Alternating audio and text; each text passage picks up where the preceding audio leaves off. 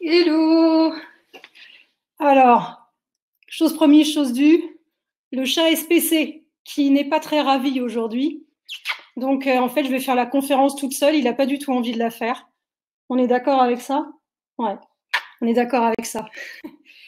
Alors, on va déjà commencer par le premier signe de reconnaissance qui consiste à dire merci. Et donc, je tiens d'ailleurs à titre personnel à remercier Agile en scène. Et dernière Agile en scène, c'est tous les sponsors qui permettent qu'un événement comme celui-ci ait lieu dans un contexte qu'on connaît tous, d'une année très particulière où la plupart des conférences ont été annulées. Donc, on a ce super événement qui, lui, est resté. Et c'est grâce notamment à tous les sponsors qui permettent à Agile en scène d'exister aujourd'hui. Donc, merci à eux. Merci aussi aux partenaires qui, eux aussi, permettent de faire en sorte que nous puissions partager ensemble, que nous ayons l'occasion toujours quand même de continuer à pouvoir participer à des conférences en tant que speaker ou en tant que spectateur. Donc, merci à eux.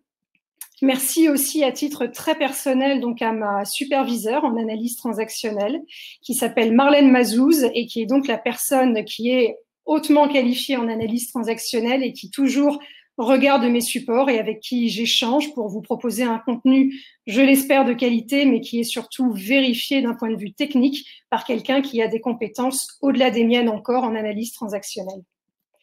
Alors, pour ceux qui ne me connaissent pas, je m'appelle donc Anne-Sophie Giraud, le mot, comme l'a dit Koussaï. Je suis coach agile senior, ce qui veut dire vieux, chez Publicis Sapient Engineering, anciennement Xebia. Je suis par ailleurs coach professionnel, donc j'ai mon certificat RNCP et je suis formée en analyse transactionnelle.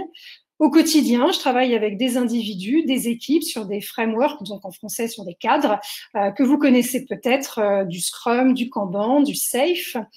Je suis formée en Safe 5.0, ne me jetez pas des pierres. Personnellement, ça a été une révélation. Donc, je suis SPC, POPM, Leading Safe. Et donc, j'ai le plaisir de former quasiment toutes les semaines des personnes en POPM et en Leading Safe, et également en Scrum, notamment sur le PSPO. Et puis, j'ai monté une offre de formation avec mon collègue Laurent Dussault, que je salue, qui s'appelle Leading Change et qui propose des formations sur le leadership, le management, la cohésion et l'architecture, mais l'architecture d'intérieur, l'aménagement de l'espace, la dynamique de groupe, le métier de coach, le stress, etc. Plein de sujets que je vous invite à regarder si cela peut vous intéresser. Alors, je vais essayer de regarder à la fois le chat et en même temps de faire la conf, ce qui n'est pas un exercice facile. Donc, pardonnez-moi si je ne peux pas regarder en live toutes vos questions. Je vous propose qu'à la fin, vous mettez en caps lock questions et vous posez votre question. Comme ça, je pourrai plus facilement repérer les questions que vous aurez éventuellement à me poser. Alors maintenant, le why. Pourquoi est-ce que j'ai souhaité venir vous parler de ce sujet-là? Eh bien, parce que donc on va parler de management. Or, être manager, eh bien, contre toute attente, je ne sais pas si c'est un scoop, mais ne s'improvise pas. Et le fait de connaître les choses ne veut pas dire les comprendre. Donc, en tant que manager, eh bien, quand on parle de signes de reconnaissance, si vous ne donnez pas de signes de reconnaissance opportuns aux personnes que vous accompagnez, vos collaborateurs, eh bien, sachez dès à présent qu'ils iront les chercher, quoi qu'il en coûte, pour vous, pour eux, pour l'entreprise. Souvenez-vous bien de cette phrase et je vais la répéter, tout plutôt que rien. Et de nombreux dysfonctionnements auxquels vous assistez peut-être, que vous avez déjà connus, des conflits, prennent racine dans ce fait à la fois très simple et très complexe que généralement on ne sait pas bien gérer, eh bien, la reconnaissance des individus. J'utilise, moi, en ce qui me concerne, l'analyse transactionnelle, qui est un outil parmi d'autres pour essayer de mieux comprendre ce principe de reconnaissance. Alors, de quoi allons-nous parler aujourd'hui? J'ai essayé de vous dresser un tableau le plus exhaustif possible en une quarantaine de minutes. Bien sûr, ce n'est qu'une initiation. Nous allons parler d'abord de ce que c'est que la reconnaissance. En analyse transactionnelle, on parle de stroke pour parler de signes de reconnaissance. On va voir comment la reconnaissance est intimement liée au renforcement comportemental. On va voir un petit peu que, parce que c'est subtil, la reconnaissance, elle est hautement subjective. Comment est-ce que l'on peut donner, mais aussi recevoir de la reconnaissance, et puis se rendre compte que la reconnaissance est très liée à la culture sociétale, au sens large, d'une société, mais aussi d'une entreprise, qui est une société, bien sûr. Je vous parlerai de quelque chose d'extrêmement intéressant, qui est l'économie des strokes, auquel nous sommes tous plus ou moins assujettis, de manière souvent inconsciente. Pour se poser la question, existe-t-il une bonne ou une mauvaise reconnaissance, un peu comme le bon ou le mauvais chasseur, et puis s'intéresser au principe de méconnaissance, des choses que là aussi nous faisons malheureusement tous au quotidien. Et puis enfin, un dernier aspect important quand on est notamment dans un cadre managérial qui est l'aspect motivationnel, et donc on verra en quoi la reconnaissance est très liée à la motivation. Alors on y va parce qu'on n'a pas énormément de temps devant nous. Qu'est-ce que c'est la reconnaissance ? L'analyse transactionnelle va parler de stroke, de signes de reconnaissance. Il faut savoir que nous échangeons ces unités de reconnaissance en permanence, tout le temps, sans même qu'on s'en rende compte. Les réseaux sociaux sont pour cela des leviers formidables pour se donner de la reconnaissance. Pour en recevoir, qu'elle soit positive ou négative, nous passons notre vie à cliquer sur des boutons pour envoyer des likes, des j'adore, des j'aime pas, pour troller. Et tout ça, c'est de la reconnaissance. Il faut bien savoir qu'on éprouve un manque absurde, complètement terrible si l'on n'obtient pas de la reconnaissance. Eric Berne, qui est le père de l'analyse transactionnelle, a parlé de faim de stimulation. On est vraiment dans l'ordre presque de la survie. On a besoin, en termes de besoin viscéral, de reconnaissance et donc de cette stimulation que nous apporte la reconnaissance. En analyse transactionnelle, on parle de stroke. Et là où c'est déjà très intéressant de noter, c'est qu'en anglais, stroke, ça veut à la fois dire caresse, mais ça peut aussi vouloir dire coup. Et on revient sur tout plutôt que rien. Si je n'arrive pas à obtenir une caresse, j'irai chercher des coups. Si vous entendez un bruit derrière, c'est Socrate qui valide ce que je raconte. Donc, n'en soyez pas inquiets. C'est juste mon chat qui se manifeste. Alors, les strokes, de quelle typologie de stroke parle-t-on ? Eh bien, d'abord, les strokes, il faut savoir qu'ils peuvent être verbaux ou non verbaux. Alors, les mots, certes, permettent de donner de la reconnaissance, mais il y a aussi tout ce qui est de l'ordre du comportemental. Et j'attire votre attention sur ce point, notamment dans cette période très particulière que nous vivons cette année, où nous sommes sur des usages qui changent, avec un mode qui est de plus en plus à distance, donc on ne voit pas les personnes, ou alors on les voit derrière un écran interposé. Eh bien, sachez que la reconnaissance, ça passe aussi parfois par un sourire, par un hochement de tête, par quelque chose qui passe par autre chose que le verbal. Donc, les signes de reconnaissance, verbaux ou non verbaux. Ils peuvent être aussi positifs ou négatifs. Et là où ça devient dès à présent subtil, c'est que c'est pas vous qui décidez que le signe est positif ou négatif. C'est la personne qui le reçoit, qui va l'analyser et considérer si le signe que vous avez envoyé, il le considère ou elle le considère comme étant quelque chose d'agréable ou de désagréable. Et parfois, nous allons aller chercher des strokes positifs ou négatifs pour reproduire des schémas archaïques, pour reproduire des schémas anciens, des choses qui vont nous rassurer. Rassurer sur quoi ? Sur des croyances que j'ai vis-à-vis de moi, vis-à-vis des autres ou vis-à-vis du monde. Mais ces croyances, elles peuvent se valider avec des signes de reconnaissance positifs comme des signes de reconnaissance négatifs. Et enfin, les strokes peuvent être ce qu'on appelle conditionnels ou inconditionnels. Pour faire beaucoup plus simple, c'est soit sur ce que je fais, sur les compétences que je détiens, on est alors dans le conditionnel, c'est conditionné à ce que je fais ou ce que je possède, ou alors on est sur de l'inconditionnel, et là on est sur l'être, on est sur l'identitaire, sur l'essence de la personne. Si je vous dis, par exemple, ou si l'on me dit, j'ai trouvé super la dernière formation que tu as faite, tu as vraiment une capacité à simplifier les choses, là on va me donner un signe de reconnaissance qu'on va considérer comme étant positif, conditionnel. À l'inverse, si on me dit, j'ai pas aimé ta conférence, son contenu, il est dense pour moi, tu t'exprimes trop vite pour moi, là, on est dans du négatif conditionnel. Si on me dit, chose que j'espère, je trouve que tu es une collègue géniale, là, on est sur du positif, mais inconditionnel. On parle de mon identité. Et enfin, bien sûr, si on me dit, je ne t'apprécie pas, eh bien là, on est sur du négatif inconditionnel. Alors, je vous l'ai dit en introduction, la reconnaissance est très liée au renforcement de comportements. Très tôt, tout petit, nous allons essayer des comportements et voir comment ça répond autour, voir si l'on obtient des signes de reconnaissance dont on a besoin en fonction du comportement que l'on a adopté. Quand on obtient un signe de reconnaissance par un moyen, on va avoir tendance à reproduire ce moyen. Si ce signe de reconnaissance est positif et que le moyen pour l'obtenir, le comportement, permet d'obtenir de la reconnaissance positive, je dirais tout va bien. Mais il nous est aussi arrivé d'obtenir des signes de reconnaissance négatifs avec des comportements dysfonctionnels, mais comme nous avions obtenu une récompense, nous avons continué avec ce type de comportement.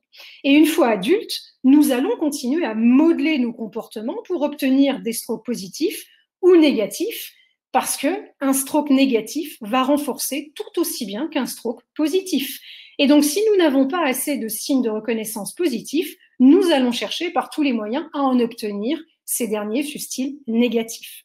Exemple concret dès à présent, si petit, votre manière de vous manifester quand c'était avec calme, avec douceur, par la discrétion, ne vous permettait pas d'obtenir une reconnaissance de la part de vos figures d'autorité, et vous avez du coup compris que quand vous vous mettiez en rogne, en colère, dans des rages dingues, là d'un coup vous obteniez de la reconnaissance. Grosse caricature, hein, pendant toute la con, je vais donner des exemples volontairement un peu caricaturaux, mais on peut penser que peut-être une fois adulte, vous allez avoir tendance à reproduire ce type de comportement qui consiste à vous mettre en rogne pour obtenir de la reconnaissance. Alors pas forcément positive, hein, parce que les gens en face vont peut-être vous faire des critiques sur votre façon de vous comporter, mais tout plutôt que rien, au moins on a reconnu votre existence. Alors la reconnaissance, je vous l'ai dit aussi, elle est subjective. En analyse transactionnelle, on considère à chacun ses strokes. Autrement dit, chaque personne a ses spécificités. Là encore, ce n'est pas un scoop. Un stroke de bonne qualité pour moi n'est pas forcément un stroke de bonne qualité pour la personne d'à côté, parce qu'un stroke, il est lié à vos croyances sur vous, sur les autres et sur le monde. Et donc, si une personne reçoit un stroke qui ne correspond pas à sa qualité favorite, elle va avoir tendance à faire ce que l'on appelle une méconnaissance, voire à le filtrer, donc à ne pas prendre. Et donc, certaines personnes vont avoir, et c'est important de le comprendre dès à présent, un filtre très fermé. C'est-à-dire que les compliments, même sincères, que vous allez pouvoir leur formuler, vont être systématiquement rejetés et ou pas réellement considérés. Par exemple, si je fais, en tant que manager, un compliment, donc un signe de reconnaissance positif à quelqu'un sur son travail, cette personne, si ça ne correspond pas à ses croyances, elle peut me dire non mais en fait c'est normal, c'est juste mon travail, ou ouais c'est pas si important que ça, non mais arrête, je mérite pas toutes ces éloges, ouais, tu dis ça parce que tu veux être gentille. Toutes ces petites phrases peuvent vous indiquer que peut-être la personne a une croyance qui consiste à se dire, encore une fois caricature, moi, ma qualité, c'est pas l'intelligence. Moi, ma qualité, c'est la gentillesse. Moi, ma qualité, c'est l'abnégation. Moi, ma qualité, c'est mon physique. Exemple totalement pourri dans mon cas, mais pourquoi pas. Et donc, si vous me faites à moi un compliment qui ne correspond pas à ce que je crois de moi-même, des autres ou du monde, ben, je vais avoir tendance à le filtrer. Et c'est en ça que c'est important, en tant que manager, de bien avoir conscience que votre intention, certes, elle est essentielle, mais qu'est-ce que la personne en face comprend, reçoit de ce que vous envoyez comme feedback? Alors, il y a des éléments importants à considérer quand on souhaite aller sur ce terrain de donner de la reconnaissance et aussi de savoir en recevoir. Il y a bien sûr la quantité, hein, le fait de donner des signes de reconnaissance en nombre suffisant, sinon il y a carence. Et il y a aussi ce qu'on appelle l'intensité. Selon la personne qui va donner des strokes, le résultat sera différent. Et dès à présent, je vous l'annonce, en tant que manager, les signes de reconnaissance que vous donnez ont une très grande importance. Elles revêtent une intensité supplémentaire à un signe qui sera donné par quelqu'un du même niveau hiérarchique. Parce qu'il y a un effet de halo, parce que vous représentez l'autorité, et donc de fait, ce que vous dites, ce que vous faites, les signes de reconnaissance que vous envoyez, ont une intensité supplémentaire pour votre interlocuteur. Et ensuite, d'autres éléments importants à considérer quand on veut s'intéresser aux signes de reconnaissance, c'est le principe de sincérité, d'alignement, donc de congruence, et la gratuité. Donner, c'est donner. Si vous commencez à donner quelque chose pour finalement revenir dessus dès à présent, c'est comme si finalement vous n'aviez rien fait, voire vous avez été contre-productif. Si vous dites à quelqu'un, tu as fait vraiment du très bon travail, hein, je suppose que tu as été un petit peu aidé pour le faire. Eh ben ça, c'est contrefait. Et d'ailleurs, c'est même délétère parce que le signe que vous envoyez, c'est davantage « j'ai le présupposé que tu n'es pas capable de faire ce travail tout seul ». De la même manière, si vous envoyez des strokes en très grande quantité, mais que vous n'êtes pas sincère, que vous n'êtes pas congruent, dites-vous bien que les personnes en face ne sont pas des imbéciles, elles le sentent. En analyse transactionnelle, on a une image très claire qui dit que c'est passer de la pommade. Et ça, vos interlocuteurs vont très bien sentir qu'en réalité, vous n'êtes pas sincère avec eux. Donc, essentiel de comprendre que vous devez réellement croire ce que vous donnez comme signe de reconnaissance. Si vous le faites pour faire plaisir à la personne uniquement et que vous ne le croyez pas, ce sera compris et perçu par la personne en face. J'attire rapidement votre attention là-dessus parce que souvent, notamment les coachs, les personnes qui accompagnent, il y a souvent un driver fait plaisir qui peut être à l'œuvre. Et ben ça, les gens le sentent. Donc encore une fois, donnez de la reconnaissance, oui, mais soyez sincère quand vous donnez un signe de reconnaissance. Et enfin, n'attendez rien en retour lorsque vous donnez un stroke. mais je nuance, n'attendez rien en retour de manière immédiate et ou immédiatement de la personne à qui vous venez de le donner. Pourquoi est-ce que je vous dis ça? Parce que la reconnaissance, en réalité, elle est très liée à quelque chose qui s'appelle le don et le contre-don. Il y a quelqu'un qui a beaucoup théorisé là-dessus, personnellement j'aime beaucoup, qui s'appelle Marcel Mauss et qui a écrit un ouvrage passionnant qui s'appelle Essai sur le don. Et il vous explique en fait les formes et les raisons de l'échange dans les sociétés archaïques, et vous verrez que c'est extrêmement moderne, puisque ça existe toujours dans nos sociétés modernes. La culture, elle a un rôle dans la manière de donner de la reconnaissance. Alors c'est vrai à l'échelle d'un pays, d'une société telle que l'avait théorisé Marcel Mauss, mais c'est vrai aussi à l'échelle d'une entreprise. Dans toutes les cultures, depuis les plus primitives, il y a un principe de don contre don et il y a aussi un principe de ce qu'on appelle la juste proportion. Marcel Mauss, il a théorisé sur un contrat social, donc de don et de contre-don, et on considère qu'il y a un vrai principe de réciprocité qui nous permet à tous de vivre en société. C'est grâce à ce don et ce contre-don que la société perdure et qu'elle peut rester stable. Le donneur, celui qui donne, il y a une forme de prestige dans le fait de donner des choses. Et il faut en face que les gens soient aussi en capacité de pouvoir recevoir. Il y a plaisir d'offrir, joie de recevoir. Vous le voyez sur les bouquets de fleurs, ça raconte quelque chose. Mais une fois que j'ai reçu quelque chose, je dois aussi savoir que je dois rendre l'équivalent de ce que j'ai obtenu. Pas forcément à la personne qui m'a donné, mais peut-être à quelqu'un d'autre, sur un principe justement de réciprocité au sens plus systémique du terme, mais qui permet à la société de perdurer. Là où ça devient hyper intéressant, c'est que, attention, et on l'a tous en fait inconsciemment en tête, don contre don et juste proportion. Un don trop important va mettre le receveur en défaut et ça va être vécu comme une agression. Dans son bouquin, Marcel Mauss donne l'exemple de deux chefs de clan, donc d'une société primitive, où l'un des deux va du coup donner un coquillage hyper rare au chef du clan adverse. A priori, on se dit, plutôt cool, il lui donne un super présent. En réalité, c'est une agression ultime, parce que ce faisant, il indique à l'autre, j'ai tué le game. Tu pourras jamais me rendre quelque chose à la hauteur de ce que j'ai donné, et donc, j'assois mon pouvoir en te donnant quelque chose d'intouchable. Si vous voulez, c'est un petit peu la même chose au moment où bientôt on rentre dans la période des cadeaux de Noël. Vous avez tous en tête, inconsciemment, que vous n'allez pas forcément faire le même cadeau à votre papa, à votre maman, que vous allez le faire à votre beau-frère, à votre belle-sœur ou à votre collègue. Ce sont des mécanismes inconscients qui consistent aussi, quand on est invité chez des gens, à ne pas venir les mains vides. Et quand vous avez été invité, vous allez vraisemblablement rendre l'invitation à dîner un petit peu plus tard dans le temps. Toutes ces choses-là, elles racontent la même chose que ce que racontait Marcel Mauss. Réciprocité, don et contre-don. Et alors là où c'est génial, c'est qu'en entreprise, eh bien, nous sommes régis exactement par les mêmes règles. Le salarié, certes, il rend un service en échange d'un salaire. Mais dans la pratique, et surtout d'ailleurs dans des contextes comme les nôtres, les personnes font bien davantage que de travailler stricto sensu pour un salaire. Elles font souvent ce qu'on appelle un don partiel, qui est bien au-delà de ce pour quoi elles sont payées. C'est tout ce qui est autour de la contribution, de l'engagement. Et là, l'entreprise, elle doit reconnaître et donner une contrepartie qui ne va pas uniquement se matérialiser par le salaire. Si la société, si l'entreprise le fait, alors il va se créer réellement un vrai cycle de don contre don qui va endetter de la même manière que cela va engager mutuellement et générer de la gratitude pour le salarié, le collaborateur et pour l'entreprise. Et c'est grâce à ce cycle de gratitude, d'engagement, d'endettement mutuel que la confiance dans les relations en entreprise peut se créer. Derrière, comme d'habitude, il y a une croyance, c'est la croyance que nous œuvrons tous en commun sur quelque chose qui nous dépasse, qui fait sens. On est sur les plus hauts étages de la pyramide de Diels pour ceux qui connaissent, et on est en fait dans un principe qui consiste à croire ensemble que la contribution, elle est reconnue à la hauteur de ce que je donne parce qu'il y a du sens derrière, que ça en vaut la peine, et c'est ça ce qui crée la coopération et la cohésion d'un groupe. Tout ce qui est de l'ordre du contrat, le contrat de travail que vous avez signé, la contrainte, les règles, elles sont importantes, bien entendu, mais dites-vous bien qu'elles engagent toujours moins, notamment d'un point de vue motivationnel, que ce cycle de don contre don que vous avez enclenché en justement, en tant que manager, représentant de l'entreprise et en tant qu'entreprise au sens large, vous allez être en capacité de donner aux collaborateurs qui donnent davantage que juste le salaire pour lequel ils sont payés.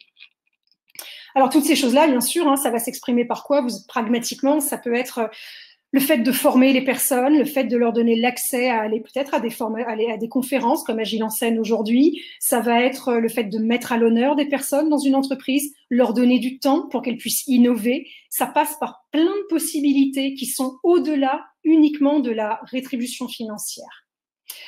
Alors derrière tout cela, donc malheureusement, si j'ose dire, nous avons tous été assujettis, managers compris, à ce que Claude Steiner, qui est un analyste transactionnel également, a appelé l'économie des strokes. Pour ceux qui sont parents, je vous invite à regarder sur Amazon le conte Chaud et doux des Choudoudous. C'est un petit bouquin qui a été écrit par Claude Steiner et qui est en fait une métaphore de l'économie des signes de reconnaissance. Et justement, le projet, ça consiste à expliquer aux enfants que cette économie est en réalité totalement fictive, toxique, néfaste, et que les signes de reconnaissance existent en quantité illimitée. Mais sauf qu'on n'a pas été forcément éduqués dans cette idée-là. À l'inverse, plus ou moins de manière prégnante en fonction des individus, nous tenons pour vrai certaines règles qui constituent ce que l'on appelle l'économie des strokes.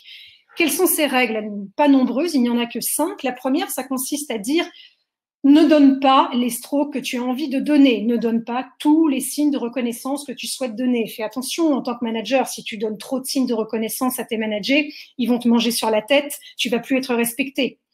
Ne demande pas non plus les strokes dont tu as besoin. Tu as fait ta conférence, demande pas à tes collègues ce qu'ils en ont pensé, hein, te mets pas trop en avant, hein, tu attends qu'on te donne des signes de reconnaissance. Et puis d'ailleurs, n'accepte pas les signes de reconnaissance que tu désires. Si on te dit des choses positives, sois humble, sois modeste, ne les prends pas. Ne refuse pas les signes de reconnaissance que tu ne veux pas. On te fait des signes de reconnaissance, on te donne des signes de reconnaissance inconditionnels négatifs. Prends sur toi, sois fort, sois humble. C'est comme ça qu'on apprend. Et puis, ne te donne pas non plus de signes de reconnaissance à toi-même. Tu vas pas en plus te dire à toi-même que tu es quelqu'un de bien, que tu fais les choses bien. Je dirais à un moment, redescends. Ces 5-là, c'est des choses que, en général, on a entendues dans notre enfance et que la société concourt d'ailleurs à faire perdurer. Pourquoi? Parce que de manière totalement inconsciente, et là je le dis dès à présent, pas de culpabilisation, les parents dans la salle et nous tous faisons de notre mieux, mais il y a quelque part derrière une volonté de contrôle inconsciente de la part de nos figures d'autorité qui nous ont laissé à croire que les signes de reconnaissance étaient en quantité limitée. Et que donc, comme c'était en quantité limitée, il fallait en mettre dans la balance pour en obtenir. Il fallait un prix élevé pour les obtenir. Quelque part, ça part de quelque chose d'assez logique. Je veux que tu ranges ta chambre, donc je ne vais pas te donner tous les signes de reconnaissance. Tu obtiendras ce signe de reconnaissance si tu me ranges ta chambre. Tu obtiendras ce signe de reconnaissance si tu me ramènes un bon carnet. Bon, vous voyez, ça, c'est dès le début des choses qui se mettent en place pour quelque part créer un contrôle de la part de nos figures d'autorité.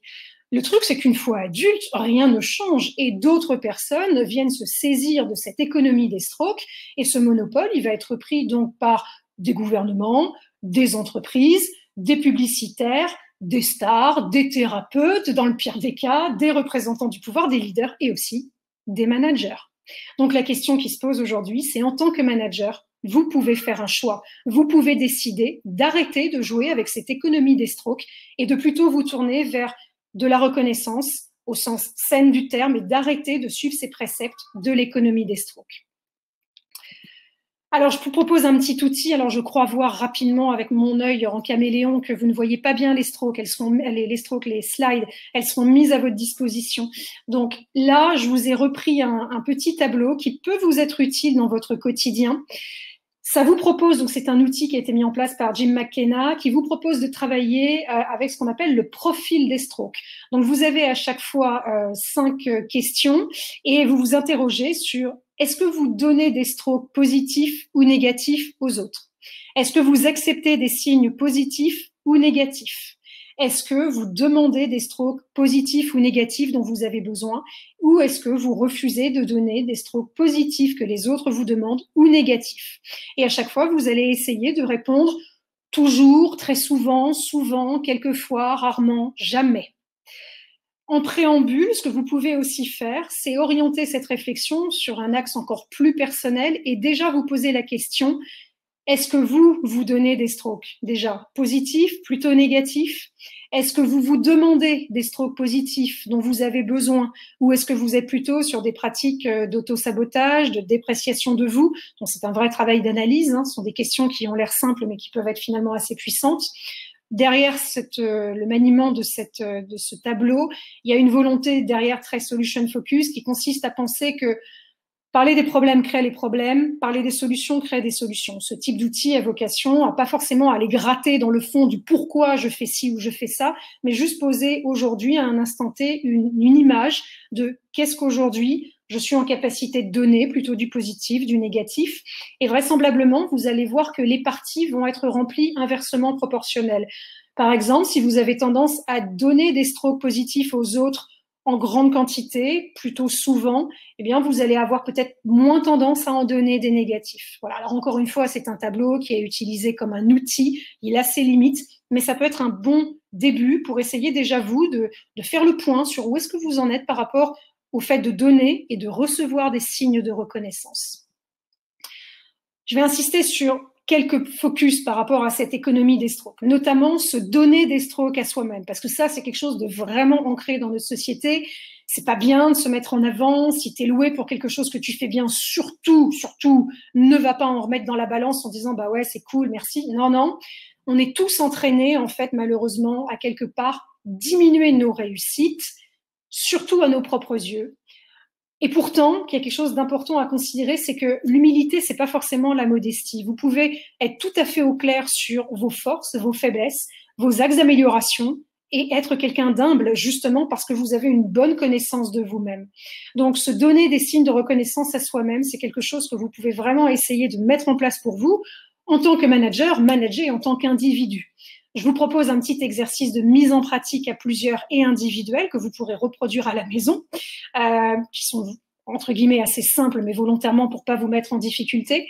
À plusieurs, si vous êtes manager, je vous propose de fixer un point avec un manager ou avec une équipe et de faire en sorte que chacun dise quelque chose de positif sur lui-même. Et si une personne, bien sûr, ne se sent pas à l'aise avec l'exercice, elle peut tout à fait passer.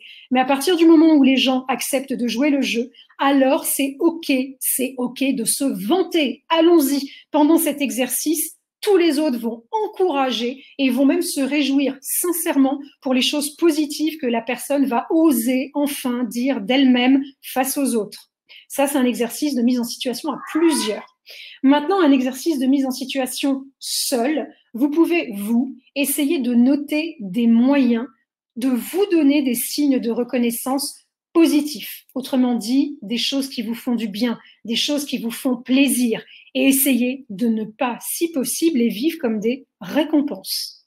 Enfin, dites-vous bien que ces signes de reconnaissance, si vous souhaitez le faire pour vous-même, ils doivent être positifs. Pour les agilistes, pensez à SMART, ok? Et pour les autres, eh bien, considérez que pour que ce soit positif, ces signes de reconnaissance que vous vous donnez à vous-même, ils doivent être dans vos moyens, dans votre zone d'impact. Sinon, c'est déceptif et frustrant. Mais ce sont aussi des signes qu'on va espérer étant sûrs et sains pour vous. Autrement dit, qui ne vont pas vous mettre en difficulté par rapport à votre écologie personnelle. À partir du moment où vous respectez ça, c'est déjà un premier travail pour essayer de sortir de ce présupposé qui consiste à dire « ne te donne pas de signes de reconnaissance positifs ». Deuxième présupposé que j'aimerais aujourd'hui tacler, oser demander et oser refuser des signes de reconnaissance. Osez demander des signes de reconnaissance. Ce que vous obtenez quand vous le demandez a tout autant de valeur que si vous ne l'aviez pas demandé. Si je demande à la fin d'Agile en scène à mes collègues ce qu'ils ont pensé de ma conf et que les retours sont positifs, ça a autant de valeur que si j'avais attendu dans l'anxiété qu'on me dise quelque chose. Et à l'inverse, osez refuser des signes de reconnaissance. Vous n'êtes pas obligé de prendre tous les strokes que les gens vous envoient.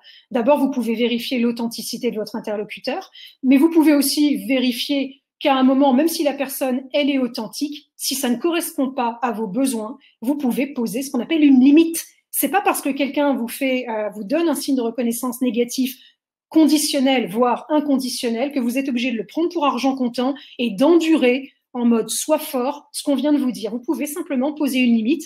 J'entends ce que tu me dis. Je ne suis pas forcément en phase. Point à la ligne. Le feedback, dans le cadre managérial, il est lié à la reconnaissance. Et donc, il est lié à cette économie des strokes. Donc, c'est vraiment important en tant que manager d'avoir en tête ces espèces de préceptes, de prescriptions qui nous drivent tous quand même plus ou moins. Donc, petite proposition d'exercice de mise en pratique si vous êtes manager et que vous souhaitez jouer le jeu avec un de vos managers avec lequel il y a déjà quand même une relation de confiance qui est instaurée. Vous pouvez demander à votre manager de noter 3 strokes positifs qu'il ou elle aimerait recevoir, mais qu'il n'a pas l'habitude de recevoir de votre part. Vous fixez un petit point pour recueillir ces demandes de signes de reconnaissance. Et le postulat, c'est que c'est OK des deux côtés si le moment venu, vous, en tant que manager, vous ne vous sentez pas à l'aise avec la demande qui vous est formulée. Adulte, au sens analyse transactionnelle des deux côtés, la personne formule une demande, mais c'est au clair aussi qu'en face, vous n'êtes pas obligé de donner ce signe de reconnaissance et ce cadre doit être clair pour les deux. Quel que soit ce qui se passe, au sens vous donnez le signe, vous ne le donnez pas, donnez-vous un signe de reconnaissance positif pour au moins avoir fait l'effort, avoir fait l'exercice, avoir fait cette démarche, d'essayer de lancer un dialogue différent avec votre manager et d'avoir essayé de comprendre, lui, par rapport à son filtre à stroke, quels étaient les strokes dont il ou elle avait besoin. Donnez-vous ce signe de reconnaissance. Alors vous allez me dire, bon ok, super, mais alors du coup, regarde tout ce que tu nous racontes, il y a une bonne ou une mauvaise reconnaissance, c'est noir, c'est blanc. Alors non, il n'y a pas de noir et blanc, malheureusement, tout est toujours un petit peu gris, plus subtil, plus complexe. La reconnaissance, vous l'avez compris, c'est déjà en soi un stroke, ok? Donc, si vous, en voulant bien faire, vous vous dites, bon, alors du coup, je ne vais pas donner de signe de reconnaissance négatif, dites-vous bien qu'en face, les gens ne sont pas des imbéciles, ils savent qu'ils ne sont pas parfaits, sauf cas pathologique. Et du coup, si vous, en tant que manager, vous ne focalisez vos feedbacks que sur des choses positives, vous allez finalement censurer toute une partie de l'identité de la personne en face de vous et elle va s'en rendre compte. De surcroît, vous pouvez en plus, en voulant bien faire, donner des signes de reconnaissance uniquement positifs, alors qu'en fait, la personne en face, elle a des croyances sur elle-même, sur les autres et sur le monde qui font qu'en plus, ça cadre pas du tout avec ce qu'elle imagine d'elle-même. Donc, à partir du moment où on est dans le conditionnel, donc sur ce que je fais et sur les qualités, les compétences que je possède, donc le conditionnel, dites-vous bien que les signes de reconnaissance positifs comme négatifs nous permettent d'apprendre. Ce sont aussi les signes de reconnaissance conditionnels négatifs, des signaux d'alarme, des repères. Je rappelle le cadre, hein, c'est savoir aussi, en tant que manager, il y a cette dimension de coaching, donner des permissions, mais aussi assurer une protection. Si moi, mon manager, ne me dit jamais quand je suis en train finalement de me saboter moi-même par mon comportement, qui potentiellement peut m'amener peut-être à m'isoler, à ne pas développer au mieux mes compétences, mais finalement, mon manager ne m'aide pas, il ne me permet pas de grandir. Donc, le signe de reconnaissance positif, certes, nous permet de nous sentir compétents, mais le signe de reconnaissance négatif conditionnel nous permet d'ajuster notre comportement là où il pose problème et nous permet aussi de pouvoir être mieux intégrés dans un groupe quand on est notamment sur des problèmes de comportement, je dirais, de soft skills. Donc, en tant que manager, vous êtes responsable de donner des signes de reconnaissance positifs mais aussi négatif quand on est sur du conditionnel. En ce qui concerne les signes de reconnaissance inconditionnelle, on part du postulat que vous, en tant que manager, vous ne devriez pas aller sur le fait de donner des signes de reconnaissance inconditionnels, donc sur l'identité de la personne, a fortiori négatif. Ils ne répondent pas a priori à des besoins de la personne, vous sortez un petit peu de votre rôle, mais si cela arrive, et si vous-même vous êtes d'ailleurs quelque part à un moment sujet à recevoir un signe de reconnaissance inconditionnelle négative, eh ben, essayez de vous dire qu'il y a toujours un élément à gratter pour apprendre. Si quelqu'un me dit « Anne-Sophie, je te déteste », bon, bah, visiblement, je peux rien changer à mon comportement, on me donne pas de billes, hein, c'est pas sur ce que je fais, c'est « je te déteste », très bien.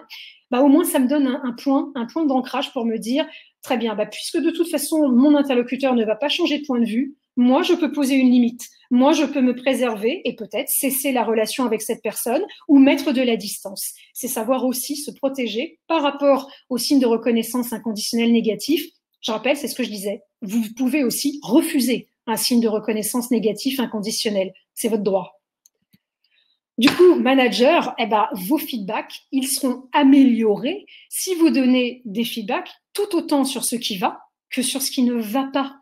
Alors, on considère qu'il faut essayer, tant que faire se peut, de ne pas donner plus de strokes négatifs que de strokes positifs, parce que si vous, c'est un peu un principe de sandwich, trop de négatifs va venir peser dans la balance, surtout de façon constante, mais attention à tout de même être sincère, juste, congruent, aligné, dans une dimension aussi qui ne consiste pas uniquement à faire plaisir, et d'ailleurs parfois de manière très égocentrée à vous faire aimer de votre manager, mais de donner ce qui va l'aider lui, va lui permettre lui de s'améliorer. Pour autant, attention à un truc qu'on fait tous, qui est de confondre signe de reconnaissance et méconnaissance. Alors, qu'est-ce que c'est qu'une méconnaissance? Une méconnaissance, on passe notre vie à faire des méconnaissances, c'est une distorsion de la réalité. Quand je dis à quelqu'un, t'es un gros con, passez-moi l'expression, je suis dans la méconnaissance. Ça peut être cathartique, mais c'est pas forcément très, très constructif. Parce que si je critique de manière à minimiser ou à déformer la réalité, eh ben, en fait, je suis en train de faire une méconnaissance. Une personne, même si vous ne l'appréciez pas, n'est pas uniquement un imbécile. La méconnaissance, c'est quelque chose qui consiste à enlever quelque chose à la réalité de ce que mon interlocuteur est ou fait. La personne à qui je dis « t'es un gros imbécile », peut-être elle l'est un petit peu, mais elle n'est pas que ça. Et moi, je mets toute une partie de la complexité de l'individu. De surcroît, la méconnaissance, elle ne donne aucune indication à l'autre pour pouvoir changer, pour pouvoir s'appuyer sur une action constructive. Tu es un gros imbécile. Très bien. Qu'est-ce que la personne, elle fait avec ça? Qu'est-ce qu'elle change dans son comportement? Comment elle s'adapte? Donc, la méconnaissance, c'est vraiment l'omission qui est souvent inconsciente d'une information qui pourrait aider à la résolution d'un problème et qui pourrait aider mon interlocuteur. Je vais vous donner des exemples pour que ce soit plus concret. Un stroke conditionnel négatif, donc un signe de reconnaissance négatif sur ce que la personne fait ou sur les qualités qu'elle possède, c'est typiquement « tu as écrit ce mot de travers ». Très bien, je l'ai mal écrit d'un point de vue, voilà, mon comportement, j'ai écrit ce mot de travers.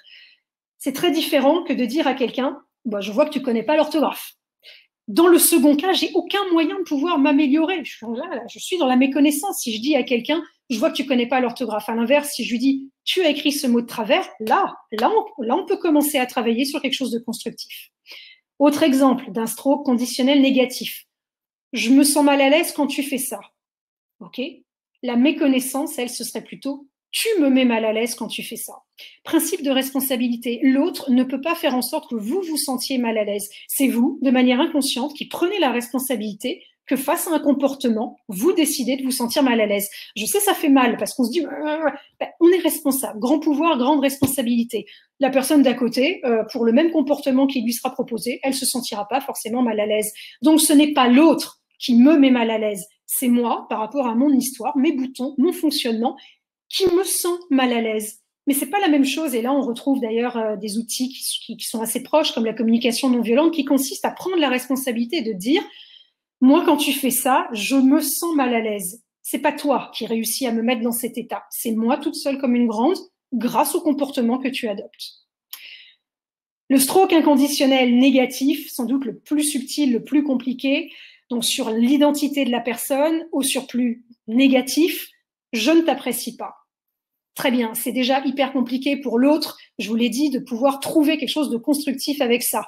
Mais au moins, bon, c'est tout de même un stroke inconditionnel négatif. Je prends sur moi de te dire, je ne t'apprécie pas. Si par contre je dis à l'autre, tu es mauvais, comme je vous disais tout à l'heure, t'es un gros con, t'es un gros imbécile, ben là je suis en train de lui mettre une étiquette sur lui qui omet complètement la complexité de ce qu'il est en réalité. Et alors déjà qu'avec je ne t'apprécie pas, je pouvais pas en faire grand-chose, mais alors avec un tu es nul, t'es mauvaise, t'es une imbécile, mais là, voilà, j'ai l'étiquette qui m'est posée dessus, je ne peux absolument rien progresser, je peux rien construire avec ça, je peux pas m'améliorer, on est dans la méconnaissance. Donc à chaque fois, de toute façon, vous dites tu es ceci, tu es cela, vous avez une chance sur une de faire une méconnaissance, vous ne pouvez pas avoir là pour le coup l'outrecuidance de considérer que vous pouvez comprendre, cerner la complexité de l'individu que vous avez en face de vous. Donc a priori, dites-vous, moi, là, ce que tu fais, c'est pas mon kiff. Là, moi, j'aime pas la façon dont tu te comportes. Ou même dites, bah, moi, je te kiffe pas, moi. Mais ça veut pas dire que tu es un gros imbécile, vous voyez. Principe de responsabilité adulte, hein, au sens adulte, analyse transactionnelle, adulte avec un grand A. Dernier élément, enfin, quand on parle de reconnaissance, on parle derrière de motivation, qui est évidemment quelque chose de clé quand on est manager. Parmi les choses qui concourent à créer la motivation, l'analyse transactionnelle va reconnaître 3 besoins fondamentaux. D'autres outils en reconnaissent des similaires, des très proches, et choisit cet outil, on peut en prendre d'autres. L'analyse transactionnelle nous dit quoi? Elle dit qu'en termes de motivation, les individus ont besoin de structure. Ça veut dire quoi? Ça veut dire un cadre clair et des étapes identifiées. Ça peut rappeler des choses aux agilistes qui mettent en place des programmes de transfo. On a aussi besoin, dans le cadre de la motivation, d'avoir des stimulations. Donc, ça passe par les actions, les prises de décision, hashtag laisser de l'autonomie, délégation, ça vous rappelle peut-être des choses. Laisser la possibilité aux gens d'exprimer aussi leur vision du monde. Donc, communiquer la vision, la partager, ça aussi, ça vous éveille peut-être des choses. Et enfin, dernier élément qui concourt à la motivation, le besoin de reconnaissance. Donc, reconnaître l'existence de l'autre et lui accorder de l'attention. Les strokes, ils vont renvoyer aux autres des messages qui vont nous permettre de nous ajuster, qui vont permettre aux personnes de s'ajuster. Je suis OK ou je suis pas OK dans ce que je fais et dans ce que je suis. Si vous ne donnez pas de stroke en tant que manager, de toute façon, ce sera interprété comme un stroke puisque la personne va interpréter ça comme étant de l'indifférence. L'indifférence, c'est déjà un signe de reconnaissance. Donc, si la gestion dans votre entreprise ne permet pas de donner des signes de reconnaissance malheureusement positifs, eh bien, dites-vous bien que si par la communication, les gens n'arrivent pas à obtenir des signes de reconnaissance positifs, alors c'est là où ça commence à partir en vrille parce que ils vont aller en chercher, tout plutôt que rien, mais des négatifs. Et c'est là où on va commencer à assister à des choses qui peuvent vous sembler très étonnantes, des erreurs là où les gens n'en faisaient pas, des jeux psychologiques, des semblants de conflits qui viennent de nulle part, parfois dans les cas plus compliqués, des arrêts de travail, du turnover, de l'absentéisme, des choses où vous vous dites mais qu'est-ce qui se passe en fait? Eh bien, dites-vous bien que souvent, quand il y a du jeu psychologique, quand il y a de la tension humaine, regardez du côté de la reconnaissance. Comment nous gérons le fait de donner de la reconnaissance dans notre entreprise et dans notre modèle managérial. Pour la route, je ne peux que trop vous inviter à donner de la reconnaissance aux autres, mais aussi à vous-même. Elle existe en quantité illimitée. Revenez à Steiner, donc donnez de la reconnaissance et surtout, en tant que manager, donnez l'exemple. Économiser la reconnaissance, dites-vous bien derrière que c'est une manière finalement inconsciente, bien souvent, d'essayer de les contrôler. Et est-ce que vous, en tant que leader, pour vous, être manager, ça signifie contrôler les individus ou les diriger, les emmener dans une direction? C'est à vous de voir. Mais si vous jouez l'économie des strokes, vous êtes dans une volonté inconsciente de contrôle des individus. Soyez authentique, donnez la reconnaissance que vous estimez juste, refusez aussi sans violence celle avec laquelle vous n'êtes pas à l'aise, celle que vous pensez injuste, ne vous forcez pas à donner de la reconnaissance et dans tous les cas, dites les choses avec transparence. Pensez aussi à créer une vision et à la communiquer aux autres. C'est un excellent moyen de pouvoir considérer les individus comme des adultes au sens analyse transactionnelle du terme. Ça veut dire des personnes aptes à comprendre, à collaborer ensemble à la réalisation de cette vision et pas des exécutants que vous allez infantiliser. Si vous le faites, que vous communiquez, que vous créez cette vision, que vous la partagez, vous allez leur donner déjà de la reconnaissance, vous envoyez le signal que vous les considérez comme étant aptes à comprendre et à pouvoir vous accompagner. La reconnaissance, enfin, elle renforce les comportements. Les comportements, c'est ce qui crée, in fine, la culture de votre entreprise. Et aussi bonne soit votre stratégie, dites-vous bien une chose, la culture, elle bouffe la stratégie au petit-déj chaque matin. Aussi bonne soit votre stratégie, la culture l'emportera toujours. Voilà pour moi aujourd'hui. Vous avez la possibilité de faire du feedback en screenant du coup ce QR code. Vous pouvez me laisser du coup des commentaires sur les réseaux sociaux. Je vais mettre en ligne mes supports de conférence sur mon site internet. Je vais les donner à Agile en scène et donc vous pourrez du coup les récupérer puisque je crois avoir lu qu'ils étaient très petits pour la lecture aujourd'hui. Donc j'en suis désolée. On va vous les mettre à disposition. Merci beaucoup Anne-Sophie. Pour tous, en effet, il y a quelques questions qui ont été posées. Donc, merci de ton intervention. Je vais récapituler rapidement les questions et je vais les poster au fur et à mesure pour t'aider à y répondre en live. Donc, parmi les questions, il y a la première que je vais poster justement pour la partager en même temps sur le chat avec tout le monde. Il y a le cul de question qui a disparu. Alors, comment faire pour identifier les strokes des managers? Y a-t-il des ateliers, des movies motivateurs, etc. Donc, à toi, Anne-Sophie. Les strokes, en fait, c'est des signes de reconnaissance que là, j'ai orienté volontairement d'un point de vue manager, mais vous pouvez aussi être attentif aux signes de reconnaissance que vous envoient vos managers. Et ça va passer, comme on se l'est dit, par le dialogue que vous allez avoir avec vos managers. Vos managers vous envoient aussi des signes de reconnaissance. Mais d'ailleurs, c'est vrai dans un rapport qui n'est pas managérial. Nous passons notre vie à nous échanger des signes de reconnaissance. Donc, il n'y a pas vraiment un atelier que je peux vous donner en tant qu'autre pour essayer d'identifier les signes que vous renvoient vos managers. Les signes que vous renvoient vos managers, c'est dans votre relation managériale en permanence, ils vous renvoient des signes de reconnaissance. Moi, j'ai eu un exemple il n'y a pas très très longtemps avec c'était pas directement un de mes managers, mais qui avait tendance à être peut-être dans l'attente, dans la demande. C'était finalement un besoin que je considère sa situation. Mais c'était pas exprimé comme ça. C'était pas dit, voilà, moi, il y a ce sujet, j'aimerais que tu considères ça. C'était plutôt sur ce que j'aurais pu prendre en première lecture comme une remise en cause de t'as pas fait ci, t'as pas fait ça. Et c'est là où vous pouvez essayer d'avoir une position un peu méta et de ne pas prendre les choses personnellement et de vous dire, OK, qu'est-ce que cette personne, elle m'envoie comme message? Elle a besoin de reconnaissance, ça se situe sur quoi? C'est sur son identité ou c'est sur ce qu'elle fait? OK, on est sur du comportemental, c'est sur ce qu'elle fait, c'est même dans une situation où elle a besoin d'un soutien de ma part.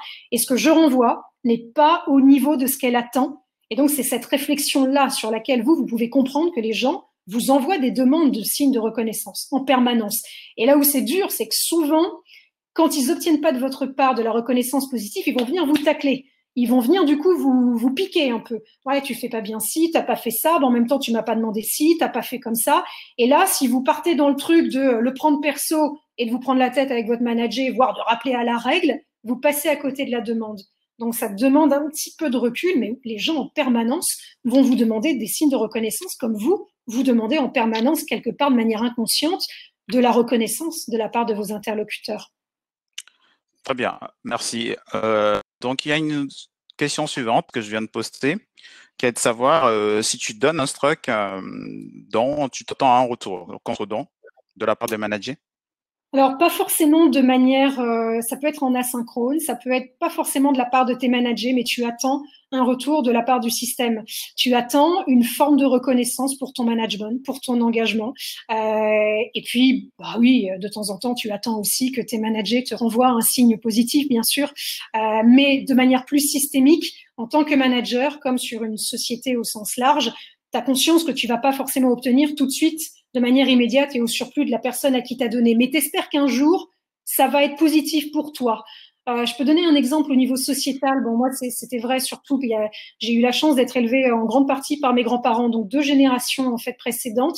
Et il y avait ce principe qui était très fort à l'œuvre à l'époque de considérer que les enfants, on les élevait parce qu'un jour aussi, on leur donnait tout ce qu'on pouvait, parce qu'un jour, on allait être vieux et qu'on allait avoir besoin d'eux, mais pas forcément sur les mêmes termes, avec la même quantité. Mais même dans les campagnes, on parlait du petit dernier en disant c'est mon petit bâton de vieillesse. Bon là, c'était très marqué. Mais il y avait cette conscience sociétale que même si on n'obtenait pas immédiatement de la personne en particulier, la société au sens large te le rendrait un jour. Dans un rapport de manager, il y a aussi ça. Il y a ce côté de se dire je serai peut-être reconnu par d'autres managers, par mes propres managers, par le fait qu'on va réussir tous ensemble et que donc j'en tirerai un bénéfice à la fin. Donc, il y a toujours, bien sûr, une attente à partir du moment où tu donnes quelque chose. Il y a un principe de réciprocité qui doit se mettre en œuvre. Sinon, il y a une carence qui se crée. Très bien, merci Anne-Sophie. La suite. Quelle action possible une fois le tableau rempli? C'est le tableau en fait que tu as dû montrer sur tes slides sur l'économie des stocks, etc. Alors, la première chose déjà, donc si vous le faites vous avec vous-même, je pense que c'est déjà une première lecture. L'action d'après, c'est d'essayer potentiellement, si vous le souhaitez, de rectifier le tir quand vous êtes assez bas dans les négatifs. Si par exemple vous constatez que vous avez beaucoup tendance à donner des signes de reconnaissance négatifs, que vous acceptez beaucoup des signes de reconnaissance négatifs, que vous demandez inconsciemment beaucoup de signes de reconnaissance négatifs, voire que vous refusez pas mal de donner des signes de reconnaissance positifs, là c'est de l'introspection, c'est se dire qu'est-ce que ça touche chez moi. Qu'est-ce qui fait que c'est si difficile pour moi de donner de la reconnaissance positive aux autres? Une bonne question que vous pouvez poser, c'est de quoi j'ai peur? De quoi j'ai peur? Qu'est-ce que je crains qu'il se passe si je dis à mes managers qu'ils ont fait du super boulot, qu'ils ont super bien bossé? De quoi j'ai peur au fond? J'ai peur qu'ils s'arrêtent de bosser, j'ai peur qu'ils me respectent moins, j'ai peur que du coup ils attendent des choses de ma part. interrogez-vous sur l'émotion que ça vous crée. C'est déjà un premier axe d'orientation qui vous permet d'aller petit à petit essayer de comprendre quelles sont les croyances derrière. Parce que derrière, c'est toujours ça. Quelles sont mes croyances sur moi, sur les autres et sur le monde? Mais avant de vous attaquer à vos croyances, on y va mollo. Intéressez-vous au prisme de l'émotion. Sans forcément d'ailleurs essayer d'analyser au-delà de ça. Juste mettez des émotions. De quoi j'ai peur? J'ai peur de ça, ça, ça. Ok. Je le laisse un peu décanter. Je le laisse un petit peu décanter. Très bien. Merci Anne-Sophie. La suite, la question, le manager apporte un jugement au manager. Est-ce objectif?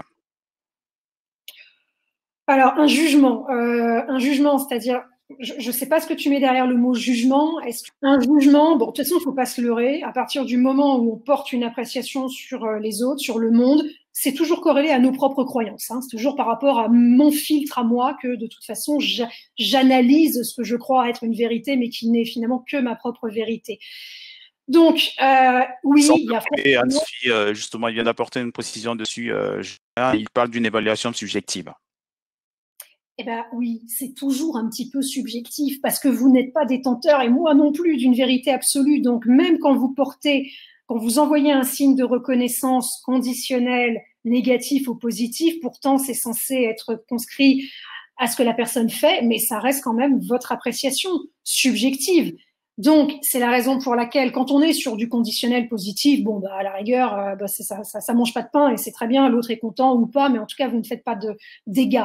Quand vous allez sur du négatif, conditionnel, on essaie de pas aller sur l'inconditionnel.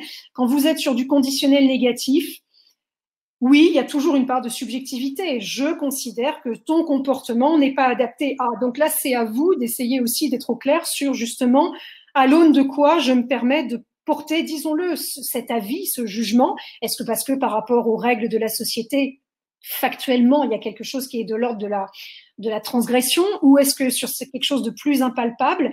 Et là, dans ces cas-là, de toute façon, le but n'est pas forcément de donner un signe de reconnaissance comme étant gravé dans le marbre. On peut aussi dire, voilà, moi, voilà comment j'interprète les choses.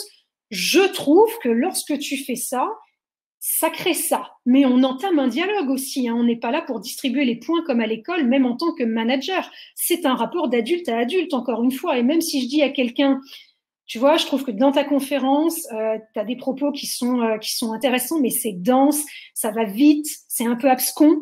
Mais c'est ma vision du truc. On peut en discuter. Comment toi, tu l'as ressenti? Est-ce que tu as trouvé que toi aussi, c'était un peu rapide, le rythme, tu n'avais pas beaucoup de temps? Est-ce que tu pourrais couper des choses? Est-ce que tu penses que ce serait important pour toi de le faire ou pas? Vous voyez, c'est l'occasion aussi. C'est pas je balance mon signe de reconnaissance et puis basta. C'est l'occasion aussi de pouvoir entamer une discussion, le signe de reconnaissance. Très bien, merci Anne-Sophie. Il nous reste un peu moins de 5 minutes. On va continuer à prendre quelques questions encore. Donc, il y a une question qui est là, qui est dû d'être un manager, regardez toujours une démarche positive. Un manager peut-il faire des erreurs? Tu veux dire, est-ce qu'un être humain est faillible? Voilà, je crois que oui. ça, je pense. Je crois que la réponse est oui. Je n'en connais pas qui soit parfait et infaillible. Et tant mieux. C'est ce qui fait d'ailleurs la richesse du monde et la beauté des échanges entre nous. Nous sommes tous des êtres faillibles. Le manager, c'est un rôle, hein, c'est pas une identité, un manager. Attention, on confond souvent. Je suis coach agile, je suis coach pro, je suis manager.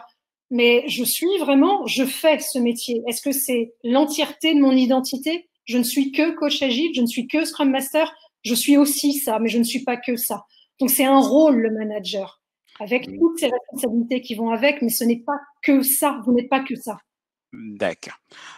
Donc, une autre question, je pense que ça fait l'objet de 2 questions à peu près. Est-ce qu'il y a des serious games qui facilitent ces trucs? Je pense à la requête des stocks ou les données. Et comment se placent les feed forward là-dessus?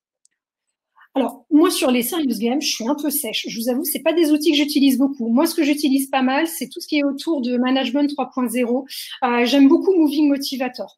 Alors, c'est ballot, hein, vous allez me dire, c'est pas révolutionnaire, mais je trouve ça très bien parce que ça permet déjà d'avoir une compréhension des leviers de motivation de la personne en face de vous Et donc, en connaissance de cela, vous pouvez essayer d'adapter aussi les signes de reconnaissance que vous allez donner par rapport à ce qui est important pour la personne en face de vous.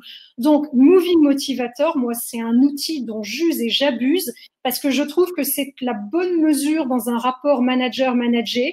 On va pas trop loin pour interroger les valeurs, les croyances, mais suffisamment quand même dans un cadre professionnel pour comprendre qu'est-ce qui est important pour l'autre. La reconnaissance, le statut, les échanges, la liberté, ça vous donne déjà des grandes tendances sur ce qui compte pour la personne. Et donc, vous pouvez en tirer du coup des déductions sur, OK, donc les signes de reconnaissance qui vont être en phase avec ces valeurs-là, avec ces leviers de motivation, vraisemblablement, ils vont mieux toucher leur cible que ceux qui iront sur des leviers de motivation qui sont moins importants pour la personne. Et en plus, comme c'est un outil dynamique que vous pouvez adapter quand il y a des changements de situation, vous voyez les leviers de motivation qui ont bougé, ça vous permet aussi d'adapter votre management en termes de reconnaissance. Donc, Moving Motivator, franchement, moi, je trouve que c'est une très bonne entrée en matière pour pouvoir justement s'interroger sur ce qui est important pour l'autre et les éventuels filtres que la personne peut avoir. Merci Anne-Sophie. Vous vous adressez à des managers. Donneriez-vous exactement les mêmes conseils aux managers? Oui. Oui, cette conférence, je l'ai jouée en interne devant toute la boîte, manager, manager, parce qu'on est des adultes. Et je pense qu'il n'y a rien de secret et les règles du jeu sont claires. On est tous, encore une fois, des individus aptes à comprendre. On n'est pas dans un jeu de manipulation qui consiste à laisser une partie du savoir au manager et qu'on utilise pour, contre, je sais pas ce qu'il faut dire, les managers. Encore une fois, la reconnaissance entre individus, c'est un concept qui me semble intéressant, qu'on soit manager ou manager, qu'on soit junior, senior. Et donc, à ce titre, pour moi, cette conférence, elle peut, et ce sujet, derrière la conf, ce sujet, il est d'intérêt public pour les managers et pour les managers. Tout à fait. Merci Anne-Sophie. Ensuite, autre question. Quelle application pratique dans une situation de coaching d'équipe? Alors, sur le coaching d'équipe, attention aux mises en application pratiques. C'est beaucoup plus casse-gueule si vous n'avez pas un background un petit peu, pas forcément de coach pro, mais que vous n'avez pas des outils que vous maîtrisez bien. Déjà, dans une relation one-one, vous avez vu, c'est pas évident. Donc, les propositions que je vous ai faites, elles sont plutôt one-one. Moi, j'ai déjà essayé de faire, j'ai déjà fait en groupe le côté chaise où où il y a une personne qui se met sur la chaise et qui dit des choses positives d'elle, alors que les autres membres de l'équipe sont autour. Je vous avoue que déjà ça, faut bien maîtriser son délire et faut être dans un contexte de confiance. Donc, ne le faites pas avec des équipes que vous commencez à accompagner parce que ça peut réveiller des choses. Donc, tout ce qui est autour des outils en équipe, ça demande déjà que vous ayez appréhendé, je dirais, le concept en individuel. Et puis surtout, le truc, c'est que si vous voulez vous lancer sur comment est-ce que les gens peuvent exprimer leurs besoins de reconnaissance, comment est-ce qu'on peut se donner de la reconnaissance en équipe, il faut que les gens soient OK avec ça. Après, vous avez des petites choses toutes connes qui peuvent vous permettre de le faire dans l'épaisseur du trait. Par exemple, les kudos, les boîtes de remerciements aux rétrospectives, le fait de mettre en place une petite boîte sur l'open space et les gens y mettent des merci tout au long du sprint. Ça, c'est un moyen simple et sécurisé de faire en sorte que les gens se donnent de la reconnaissance. Célébrer les victoires, les petites victoires, ça aussi, c'est un moyen de faire de la reconnaissance en équipe. On va continuer à célébrer les victoires. Merci beaucoup, Anne-Sophie. On va couper. Merci beaucoup. Et merci à tous les participants. C'est un sujet très intéressant. Le débat continue, il ne faut pas hésiter.